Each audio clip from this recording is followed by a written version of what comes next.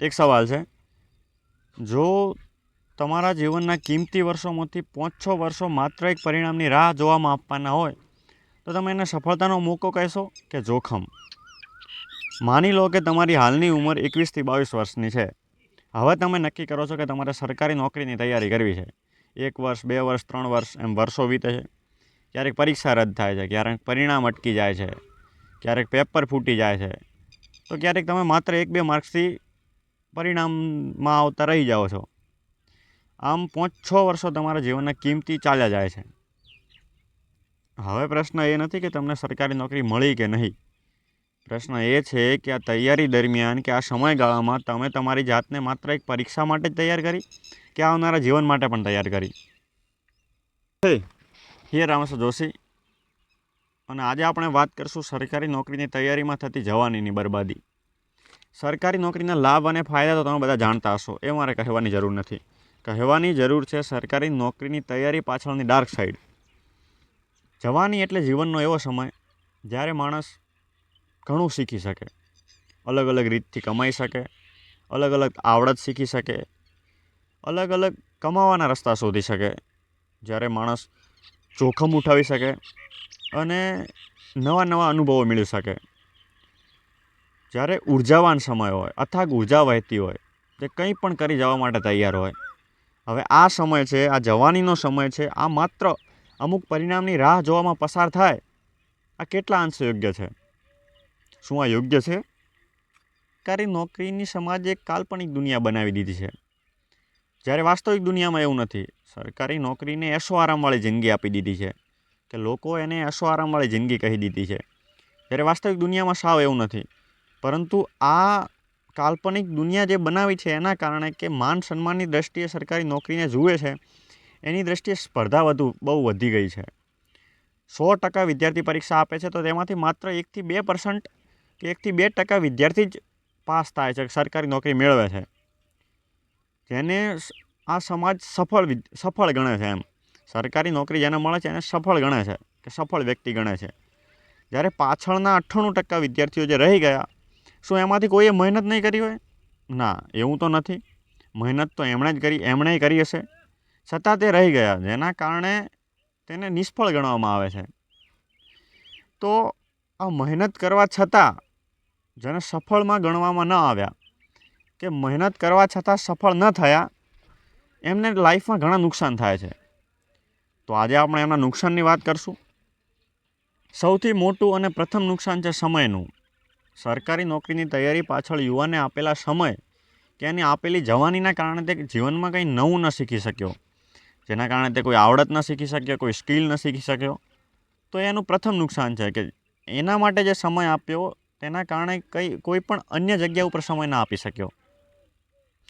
હા, સાચું શિક્ષણ જીવન જીવતા શીખવે છે, પરંતુ કોઈ પણ સ્પર્ધાત્મક તૈયારી માટે કે સરકારી નોકરી માટે કરેલી તૈયારી પાછળ શીખેલું જ્ઞાન, એને ગોખણિયું જ્ઞાન કહેવાય, એ લગભગ કામ નહીં આવે.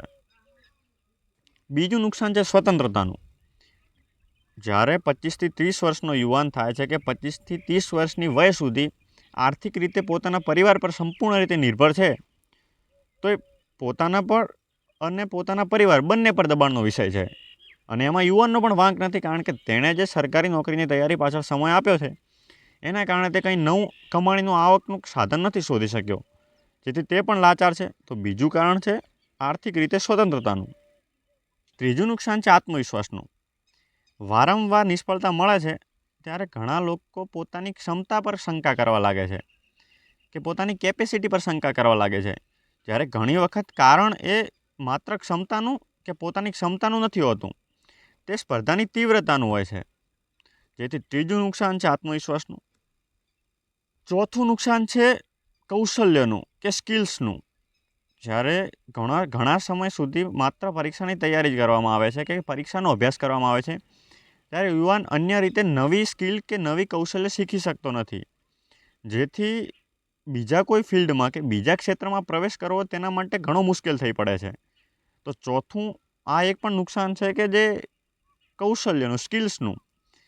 માત્ર પરીક્ષાનો જ અભ્યાસ કરવામાં આવે છે, જેથી અન્ય કોઈ સ્કિલ શીખી શકાતી નથી, અને અન્ય કોઈ તમારી પાસે સ્કિલ નથી, આવડત નથી, જેથી તમે અન્ય કોઈ ક્ષેત્રમાં જવાને લાયક નથી. તો એક આ પણ મોટું નુકસાન છે. સૌથી મોટું નુકસાન એ છે કે જ્યારે માણસ પોતાની આખી જવાની માત્ર એક પરિણામની પાછળ બાંધી દે, કે માત્ર એક નોકરીની પાછળ બાંધી દે.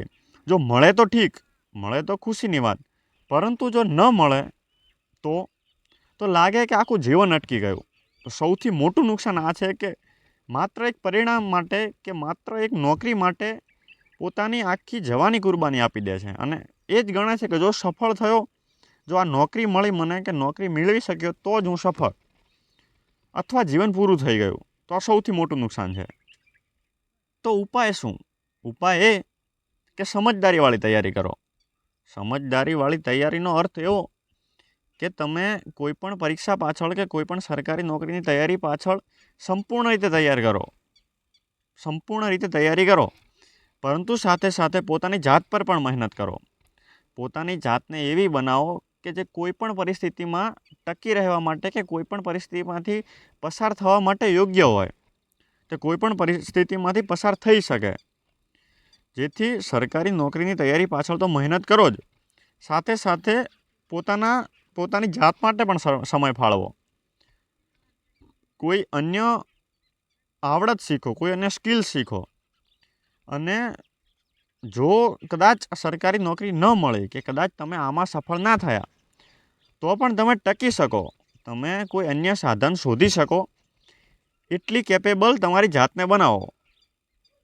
તો આ હતી સરકારી નોકરીની પાછળની એક રજૂઆત, કે જેટલી તમે આને લાઇટલી લો છો એવું નથી. એમ સરકારી નોકરી બધાને નોકરી આપવાની નથી. 100%માંથી 100% ક્યારેય સફળ નથી થવાના. તો 100% સફળ નથી થતા એનો મતલબ એવું નહીં કે 98% બેસી જ રહેશે. તો 98% કંઈક બીજે જશે ને. સફળ માત્ર 1-2% જ થશે. એનો મતલબ એવો નહીં કે 98% નિષ્ફળ છે, એ કોઈ અન્ય જગ્યા પર જશે. તો તમારી જાતને એટલી કેપેબલ બનાવો કે કદાચ તમે આ 1-2%માં ન આવી શકો, કે સમાજ જેને સફળ કહે છે એ લાઈનમાં તમે ના આવી શકો, તો તમે અન્ય રીતે પણ સફળતા શોધી શકો. તો બસ આ જ હતો આજનો વિષય. Thank you so much. જય હિન્દ, જય ભારત.